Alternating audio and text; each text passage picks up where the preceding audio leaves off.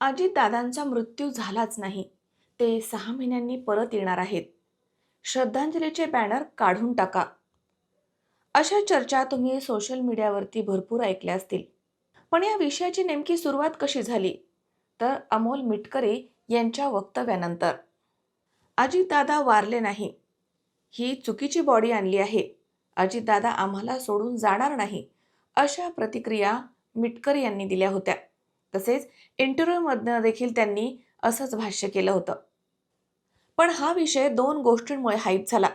या विमान अपघातामध्ये किती जणांचा मृत्यू झाला?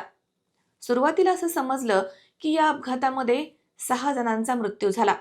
मात्र मृतदेह हे 5 सापडले. त्यानंतर अजितदादांसह 5 जण या विमानामध्ये होते अशी अधिकृत घोषणा करण्यात आली. आणि याच गोष्टींमुळे सर्वांच्या मनात संशय निर्माण झाला. अजितदादांच्या हातामधील घड्याळावरनं त्यांच्या मृतदेहाची ओळख पटली असं सांगण्यात आलं. मात्र त्यानंतर ते घड्याळ गेलं कुठं हा प्रश्न अनुत्तरित आहे. त्यानंतर पोलिसांनी सांगितलं की दादांच्या अंगावरील कुर्त्यावरनं त्यांच्या मृतदेहाची ओळख पटली. सतत बदलणारी अपुरी माहिती, त्यामुळे अफवा पसरू लागल्या. दादा परत येणार असं बोललं जात होतं. परंतु दादांच्या मृतदेहाची DNA टेस्ट केल्यानंतरच मृतदेह हा कुटुंबियांना सोपवण्यात आला आणि कुटुंबियांनी देखील दादा गेल्याचं कन्फर्म केलं.